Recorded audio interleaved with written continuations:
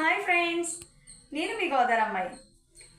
త్వరగా ఎక్కడికన్నా ఫాస్ట్గా వెళ్ళాలి, ఏదైనా క్యారేజీ బాక్స్లో త్వరగా పెట్టుకోవాలి, బాక్స్ ఏం చేద్దామని అందరికీ అనిపిస్తుంటుంది కదా. నేనైతే ఒక సింపుల్ రెసిపీ చెప్దాం అనుకుంటున్నాను. టమాటో రైస్ అండి. కొంచెం టేస్టీగా కొంచెం త్వరగా అయ్యేలాగా ఏం కావాలి అని ఆలోచించే వాళ్ళకి ఇది ఒక మంచి రెసిపీ. కావాల్సిన పదార్థాలు ఏంటో చూద్దాం రండి. 1 బౌల్ రైస్ అండి, అల్లం వెల్లుల్లి పేస్ట్,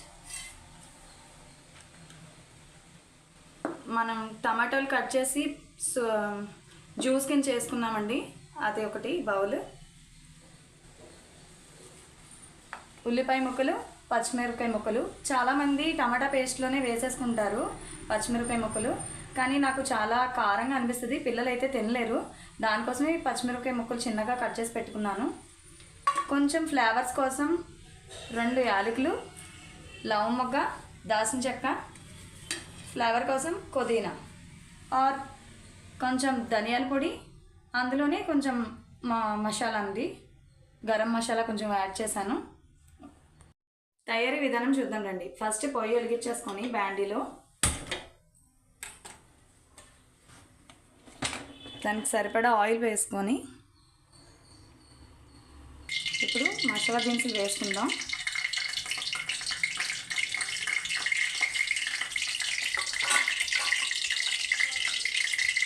పచ్చిమిరపకాయ ముక్కలు,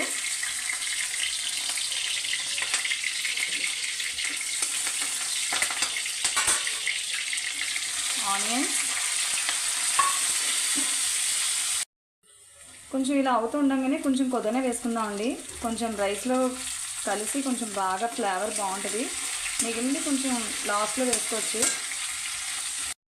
అల్లం వెల్లుల్లి పేస్ట్ కూడా వేసేసి కొంచెం అది అవుతుండగా ఇలా కొంచెం బాండీకి అల్లం వెల్లుల్లి పేస్ట్ అందుకుంటున్నప్పుడే టమాటా జ్యూస్ కూడా వేసానండి. మసాలా కూడా వేసేసుకోవాలండి. మళ్ళీ రైస్లో వేసినప్పుడు కరెక్ట్గా కలవదు, కొంచెం కలిసి కొంచెం కలవకుండా ఉంటుంది. అదే ఈ గ్రేవీలో అయితే కొంచెం బాగా కలుస్తుంది సాల్ట్.